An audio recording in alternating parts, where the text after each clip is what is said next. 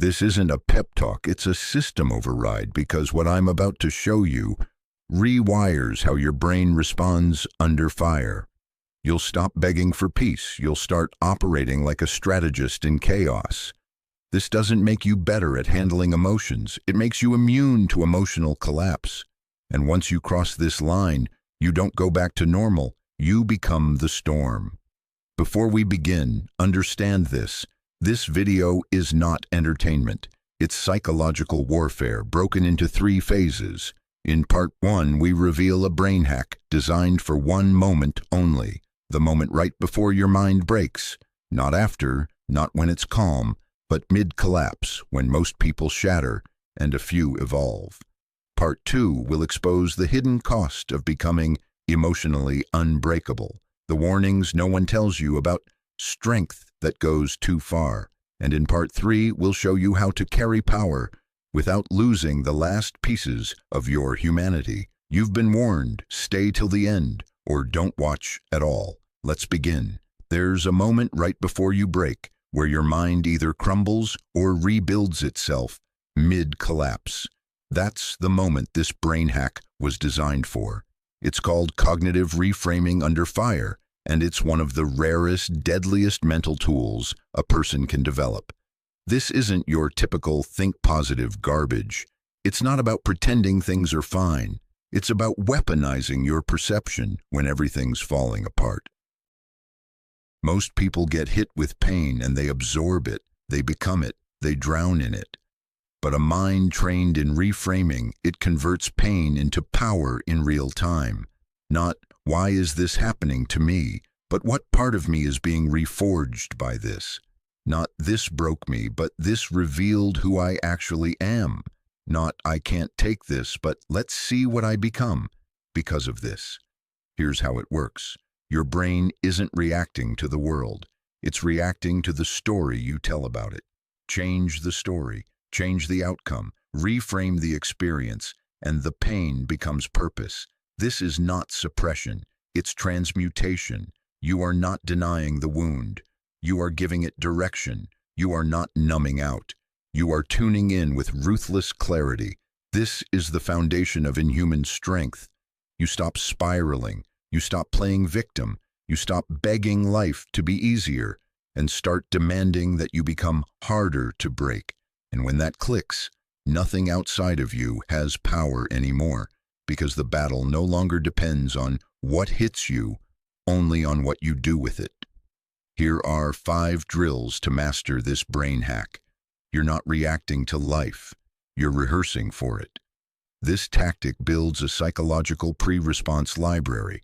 So when real pressure hits, you've already lived it in your mind. The brain doesn't fully distinguish between imagined experience and real experience. Visualizing high-stress events while in a calm, grounded state builds neurological familiarity. That familiarity reduces shock, panic, and hesitation when the real thing hits. Choose your emotional Achilles heel.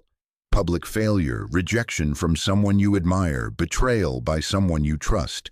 Then step into the strongest version of yourself. Visualize them facing that moment. What is their posture? What is their internal dialogue?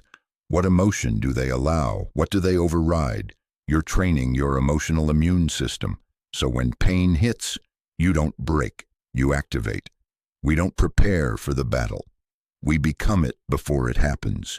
You're triggered, you pause, you say nothing, you do nothing, not because you're weak, because you're studying, because you're choosing delayed domination over instant reaction.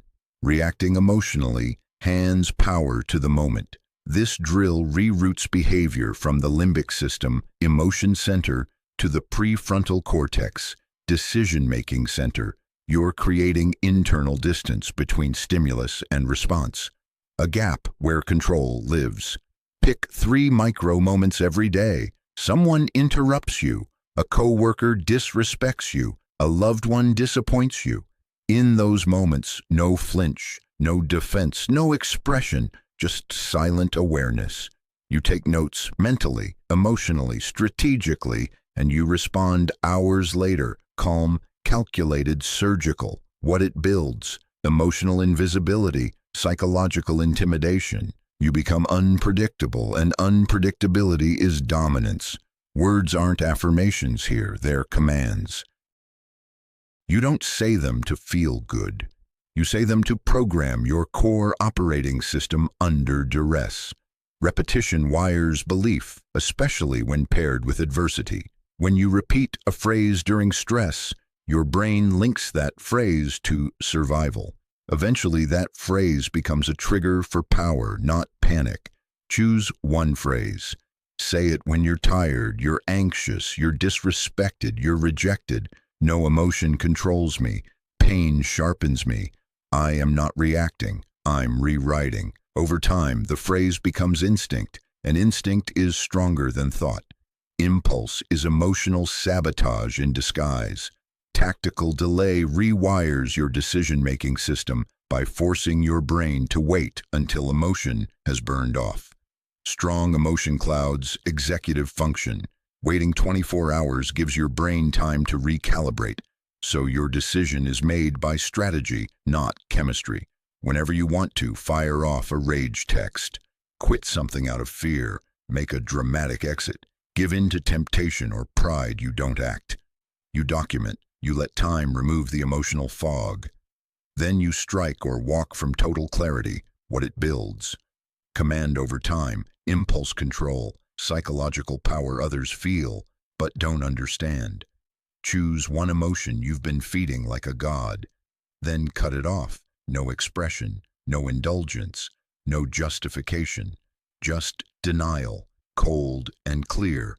Overindulged emotions become emotional parasites. You think you're feeling them, when really they're feeding on you. By fasting, you expose the addiction. You reclaim emotional sovereignty. Pick the one that owns you: guilt, insecurity, anger, validation, hunger, for 7 days. When it rises, observe it. Deny it. Don't act on it. Don't feed it. Don't rationalize it. Journal what it says, what it wants you to do, then do the opposite. By day 7, you'll realize it was never part of your power. It was feeding on your power. Now you own it or it dies. You're not stupid, you're just running old software. What if I told you that your intelligence can be sharpened, enhanced, and reprogrammed into something cold, efficient, unshakable, and your understanding of manipulation reconstructed from scratch into a weapon of silent dominance? That's exactly what Whisper's secret, ruthless intelligence and manipulation, was created to do. Inside this mind-altering book, you'll discover the Mind Fortress technique to gain unshakable mental control under chaos.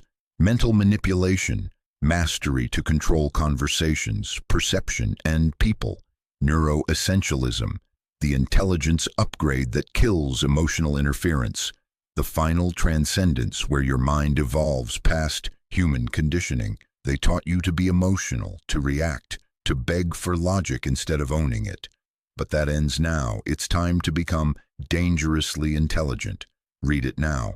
Link is in the comment. This is mental combat conditioning. Each drill exists to carve a new identity under pressure, one that doesn't beg for emotional safety but builds clarity inside chaos.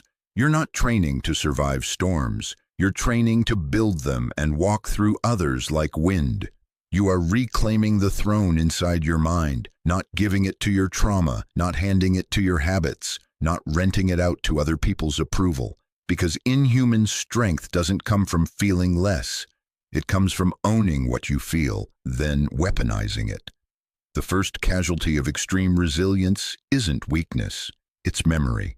The stronger you become, the easier it gets to dismiss your past pain. You forget how much it hurt. You forget what it cost you to survive. You forget what it was like to be soft and still breathing. And that forgetfulness, it creates blind spots in empathy, in leadership, in relationships. You stop relating. You start judging. You look at people breaking down and think, why can't they just get up? But you've forgotten what crawling felt like. And if you forget that too long, you'll become the very thing that once destroyed you. but this time wearing your face. When you never show weakness, people stop offering you truth. They begin to obey you, fear you, project onto you. You become a projection screen for power, not a person. And here's the trap. That feels good. At first, no resistance, no vulnerability, no mess. But over time, that control begins to isolate you from authentic feedback. No one challenges you. No one checks you. No one tells you what you need to hear, only what they think you want to. And if that goes unchecked, you don't become wise. You become untouchable, and eventually unteachable. The more you harden, the more you protect yourself. Not just from pain, but from connection. You stop letting people close. You stop letting them see you. You become the strong one all the time. But strength with no cracks is a wall. And a wall doesn't just keep danger out, it keeps everything out. You'll start noticing something strange. Conversations feel surface level. Intimacy feels inefficient. Vulnerability feels like a threat to your identity. And over time, you'll find yourself surrounded by silence. Not because no one's talking, but because you stopped letting anyone matter. The final war isn't external, it's internal. Once you've trained your mind to be unshakable, once you've stopped reacting, stopped explaining, stopped needing, you reach a terrifying place. Nothing breaks you, but nothing moves you either. You've built walls so high, even you can't hear your own soul echoing inside. That's where this phase begins. Because real mastery isn't just surviving pressure, it's surviving your own power without letting it erase what made you human. Anyone can become strong when they hate weakness, but to stay human when you no longer need to be, that's something else entirely. That's where the greats are separated from the ghosts. So let's rebuild the map. One that keeps your spine steel and your heart intact. You've trained to override your emotions. You've reframed pain. You've silenced reactions.